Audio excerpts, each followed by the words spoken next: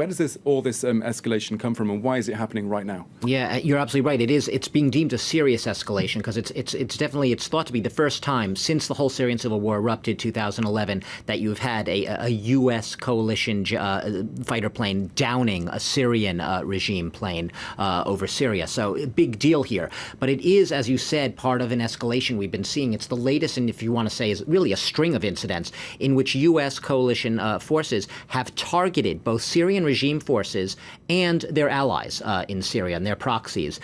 We've seen the U.S. targeting basically Iraqi and Lebanese pro-Syrian regime Shiite militia recently. We also saw the U.S. shooting down what they thought was an Iranian drone that had gotten a little too close to its own militia fighters, its Syrian militia fighters, while they were training in southeastern Syria. So it's all part of a pattern here, this being the most serious. And let me just say, even though it's an unrelated incident, Iran as well fired surface-to-surface missiles on Sunday from western Iran across Iraq into eastern Syria, into this same region. So we're seeing a lot of these tensions building because, as we know, this whole region has been extremely complex with this mosaic of countries. Why you've had Turkey, you've had Iran, you've had Iraq, you've had Syria, you've had Russia, you've had the Israel, you've had U.S., all with competing and vying and differing agendas, all in this very little patch of land. But it's happening at a crucial time. Eastern Syria, why is it strategically important? Well, it's that last sort of bit of territory that the Islamic State group, a lot of it's desert, that's true, still controls. And you could see it really on that map there. It's an oil-rich region, so it's obviously resource-rich, so a lot of people want to be able to have control of those resources. But more importantly, perhaps, or as importantly, you see Iraq. You don't see, right east of Iraq, Iran there. There are areas in that whole eastern region which could be seen as supply routes for ground forces, Iranian militia, through Iraq, through Syria, and into Lebanon to support its own proxy forces. So an extremely strategic area, a last patch, a last battleground, if you will, for the Islamic State group. So it's not a coincidence that we're seeing these incidents in this particular area and at this particular time. And adding their voices to this whole in this escalation is, of course, the voice of Russia.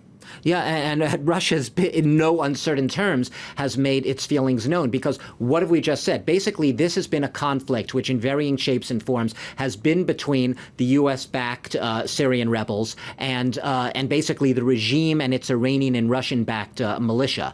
And it's remained. That has basically been the lowest common denominator in this conflict.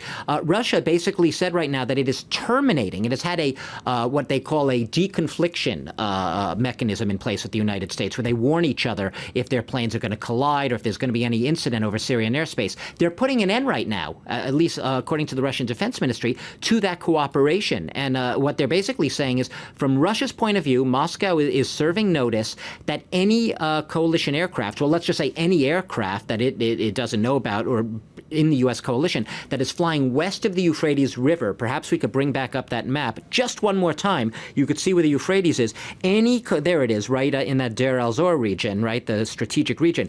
Anything flying west of that is going to be considered, is going to be tracked by Russian radar. Doesn't mean it's going to be fired on. They're not going that far, but they will say it becomes a target that they are tracking. Those are pretty harsh words right now, and it does show that this is rising to a new level and also risks drawing the U.S. further into already one of the most complex conflicts we've seen in modern memory.